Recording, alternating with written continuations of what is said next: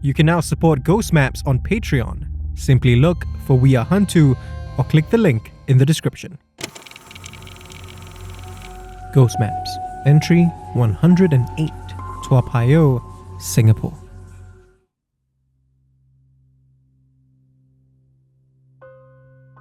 I've known Mei Lee since before I became the collector.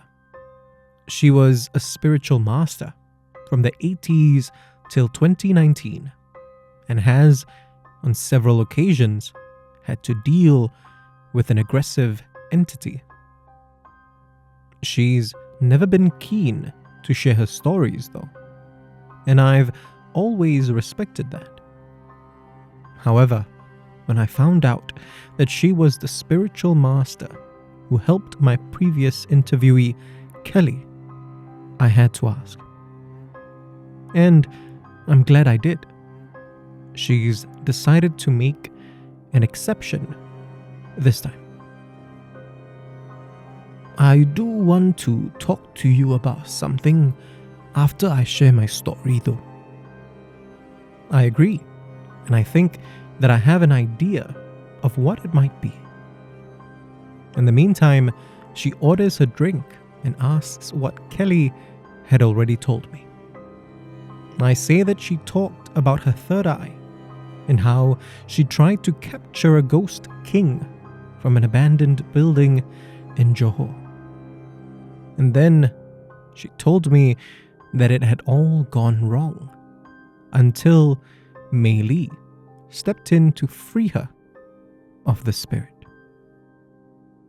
So she still doesn't remember how I did it, she says, relieved. I shoot her an inquisitive look, and she smiles. Don't worry lah, she says. I'll tell you.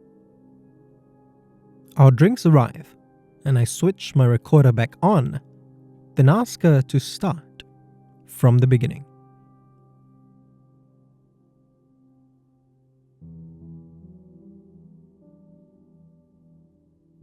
The beginning, in this case, actually goes back all the way to the mid-90s, when Mei Lee had to take a 2-year sabbatical. You remember when I was ill? She says, pointing to her chest. I tell her that I do. Mei Lee had never smoked and never had any genetic disposition to the horrible disease that gripped her 30 years ago. The doctors were baffled as to why she was suddenly struck ill, but she knew. It had been a demon, one that she had exorcised from a flat in Tampines. While she had managed to defeat the demon, the fight itself had taken its toll on her. She eventually went into remission, thankfully, and took some time to rest before returning to her duties. But she made it a point to never face anything quite like that demon again. She performed some exorcisms and cleansings, certainly, but only lost or wandering spirits and nothing more. She spent most of her time doing feng shui readings instead. But then, in 2017, her niece, Claire, had told her about her friend, Kelly. I didn't want to do it at first. Claire pleaded with me though, Mei Lee says. She told me that Kelly was at the end of her rope. Mei Lee eventually relented and agreed to see Kelly. When Kelly showed up to her temple in Toa Payoh, Mei Lee realized that the situation was worse than she had thought. I didn't know that the Ghost King had been summoned, she says, shaking her head. That meant it had a stronger hold on Kelly than it might have had otherwise. I ask Mei Li if she remembers what the Ghost King looked like, and she says that she does. It had the shape of any other female spirit, she says. But its form was made of darkness, completely devoid of light. And there was so much anger and maliciousness in its eyes. That was what made it so frightening. Its hatred. Mei Li doesn't know what caused the spirit to hold onto all those terrible emotions. If she had to guess, she would have said that the spirit died tragically and could never get its revenge. But it wasn't the spirit she was there to save. Mei Li asked Kelly to lay down on a plain bed and started chanting an incantation. Kelly wanted to argue at first. She clearly knew what that incantation was meant to do. Before she could, though, she was in a trance. Her eyes wide open, but her soul locked in a safe space away from the Ghost King. After which, Mei Li started praying over her. The Ghost King grew even more furious. It started throwing around furniture and even shoving Mei Li away from Kelly's unconscious body. Every time it touched me, I felt like I was dying a little, she says. As minutes turned into hours, the Ghost King's anger eventually proved to be no match for Mei Li's conviction. Burning at each word of her prayers, the Ghost King soon receded into a prison that Mei Li had prepared for it. There's an altar in my temple. On that altar sits a very plain-looking vase, she says calmly. And that's where the Ghost King is now. She says that she couldn't tell Kelly what had happened.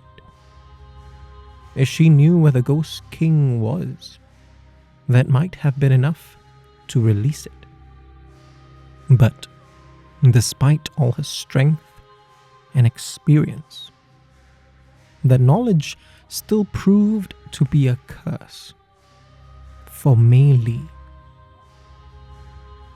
I would wake up with chest pains for weeks after the confrontation with the Ghost King, she tells me.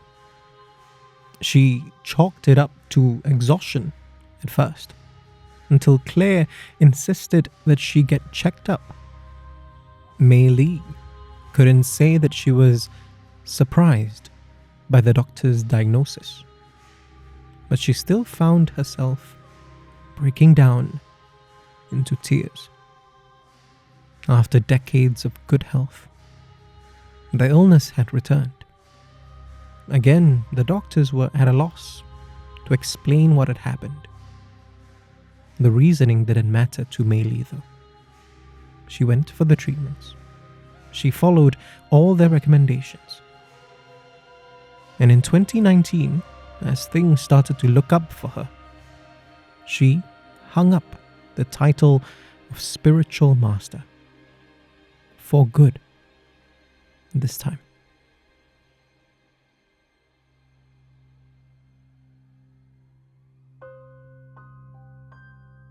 I asked Mei Li how she's doing now. And she reassures me that health-wise, she's in the clear. Even though I'm no longer a practicing spiritual master though. Both the living and the dead still come to me with requests, she says. Most of the time, she politely declines. And so far, everyone and everything has accepted. When I called her, though, she took it as a fortuitous sign. Some spirits have wanted to speak to you, she says. I must look either confused or concerned, because she immediately adds, nothing bad. They just want their stories told. I tell her that I would like to help, but unlike her, Kelly, and my next interviewee for this night, I don't have the third eye. I might be able to see the more powerful entities, but not the spirits of the dead. And that's when Mei Li shoots me another of her smiles. I saw the way you looked in my direction earlier on. You know? She says. When Mei Li had arrived at the coffee shop, I could have sworn that there was someone or something with her. As it turns out, I wasn't wrong. I stammer. Are you saying after all this time of collecting ghost stories, she says, is it really a surprise that your own third eye is finally opening? If you want to discover more of Southeast Asia's other side, subscribe now and follow us on social media.